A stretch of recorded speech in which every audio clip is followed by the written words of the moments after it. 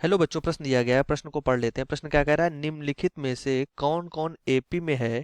यदि कोई एपी में है तो इसका सारवांतर ज्ञात कीजिए और इनके तीन और पद लिखिए। ठीक है, तो इसके अगले तीन पद और हमें लिखना। श्रेणी दी गई 0.2, 0.22, 0.222, 0.22, डेड डेड डैश। ठीक है, तो यहाँ पर हमें क्या किया दिया गया, एक श्रेणी दी गई, इसमें हमें अगले तीन पद लिखने हैं, बताना भी है कि ये पहले समांतर श्रेणी में है या नहीं है और इसका सारवांतर क्या है।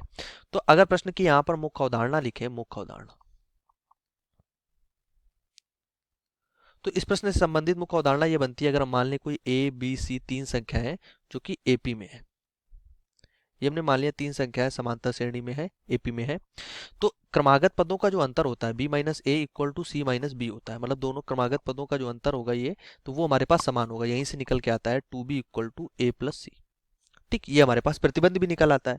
तो ये इसी मुख्य अवधारणा के आधार पर अपने प्रश्न को हल करते हैं। हमें प्रश्न दिया गया है 0.2 comma 0.22 comma 0.222 comma 0.222 dash dash dash. ठीक है, तो आइए इस मुख्य अवधारणा को आधार पर प्रश्न को हल करते हैं। तो क्रमागत पदों का जो अंतर होता है उसको हम डी से लिखते हैं, सार्वंतर। तो वो कितना होगा यहाँ पर देख लेते हैं, 0.22 माइनस 0.2, तो ये आ जाएगा 0 यहाँ पे रख देंगे तो ये 0.2 आ जाएगा।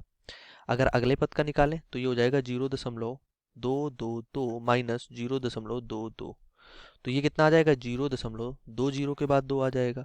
फिर अगला निकालेंगे तो 0.222 फिर 2 माइनस 0.222, तो ये कितना आ जाएगा, 0.0002।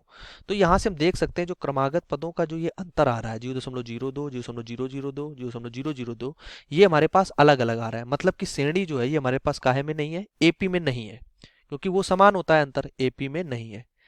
तो बस यही इसका प्रश्न का उत्तर बनेगा कि जो ये श्रेणी है ये हमारे पास एपी में है ही नहीं, समांतर श्रेणी में है ही नहीं।